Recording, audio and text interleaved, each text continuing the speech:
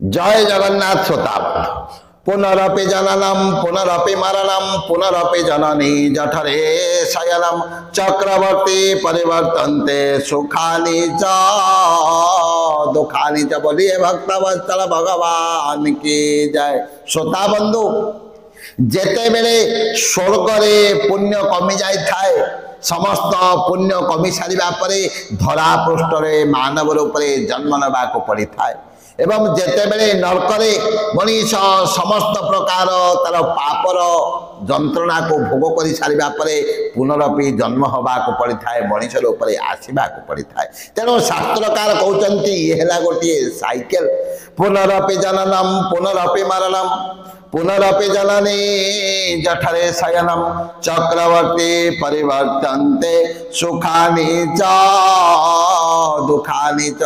बड़े भागमा नुसतनो पावा सोर दुर्लभ सब ग्रंथ न गावा। बड़े भाग मानुष तनु पावा सुर दुर्लभ सब ग्रंथ न गावा। मनीष जन्मटा है दुर्लभ तेणु मनीष यही दुर्लभ शरीर माध्यम मुक्ति पाइबा को पड़िबो। मुक्ति पाइबाटा आम जेतिकी कष्ट बोली भावुचे सेतिकी कष्ट नुहे कि मुक्ति पाइबाटा सेतिकी सहज मध्य नुहे। मनीष जदि दान करिबो यज्ञ करिबो पूजा करिबो धर्म करिबो ताले से धर्म को संचय करि पारिबो। सेही धर्मर फल सेही पुण्य फल ताको भोग करिबा पई पुनर्बार जन्म नेबा को पड़िबो। मनीष जदि पाप करिबो मनीष जदि सब बेले अन्यर नष्ट करिबो क्षय करिबो ताले सेही पापर फल ताको भोग करिबा पई निश्चित भाव में धरा पृष्ठ रे जन्म होबाको पड़िबो। किंतु आज आमे आलोचना करिबा केउ माने स्वर्गरु आसीथांती एवं केउ माने नरकरु आसीथांती सेही ऊपर आज आमे विशेष भाव में आलोचना करिबा। आपण माने जानिचंती कली जुगरे दान को प्राधान्य दिया जाइछि।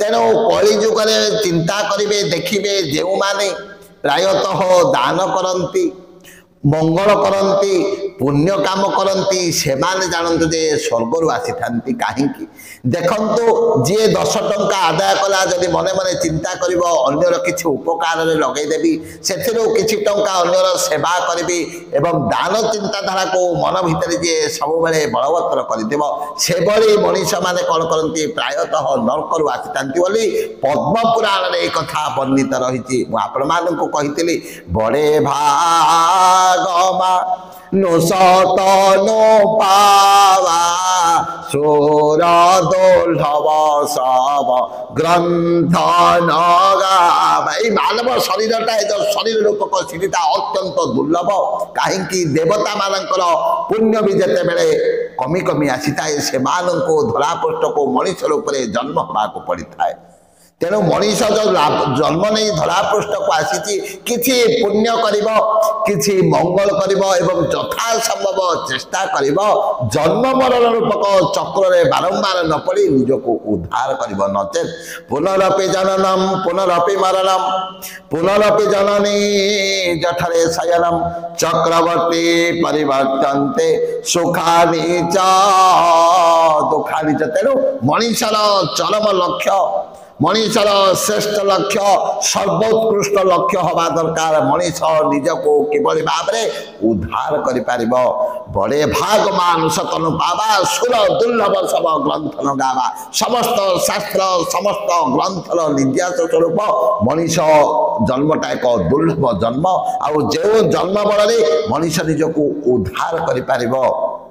श्रोता बंधु आपण माने देखुचंती जो मनीष सब बेले अन्यर क्षति करिब क्रोध होई कथा कहिब सदा सर्वदा आमिष भोजन खराब कार्य निजको निवृत्त रखिता है से माने नरकरु आसी थांती बोली शास्त्र कहउचंती पद्म पुराण रे कथा वर्णित अछि। तेणु श्रोता बंधु केउ कर्म कले मनीष स्वर्ग प्राप्ति होता है एवं केउ कर्म कले मनीष को जमदंड भोग करने को पड़ता है नरक को जीवा पड़ता है जदि आपण माने अन्यर उपकार करिसंती जदि अन्यर मंगल करिसंती अन्य पाई किछि भल काम करिसंती दान करिसंती पुण्य करिसंती निश्चित भाव में आपण को स्वर्ग प्राप्ति होबो एतिरे तिरे मात्र संदेह नाही जदि आपण माने सदा सर्वदा निशा सेवन करिवे सदा सर्वदा आमिष भोजन करेंगे अन्यर क्षय क्षति करेंगे अन्य को सब बेले खराब भाषा करेंगे क्रोधित हो कथा कहे अन्य को घृणा करेंगे हिंसा करेंगे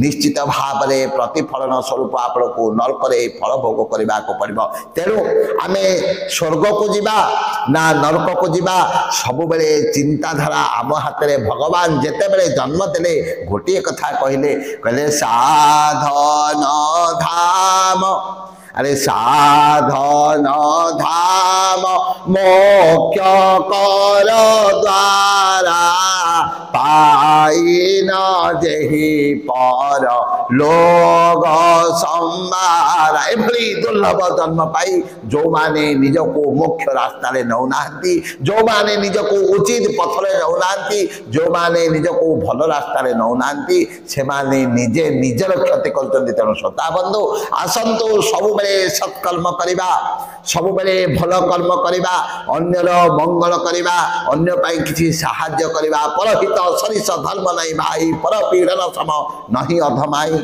पर पाई जदि किछि कार्य करिसंती निश्चित भाव में 100 गुण भाव में आपन को सही फल मिलिबो तेणु आसंतु कर्म करवा पूर्व थे भल भाव में चिंता करी कर्म करवा कोटा उचित कर्म आमे को कर्मटी करवा दरकार जदि चिंता करवा निश्चित भाव में आमर मंगल हेबो आम परिवार मंगल हेबो आम समाज मंगल हेबो जय जय जगन्नाथ जय जय जगन्नाथ जय जय जगन्नाथ।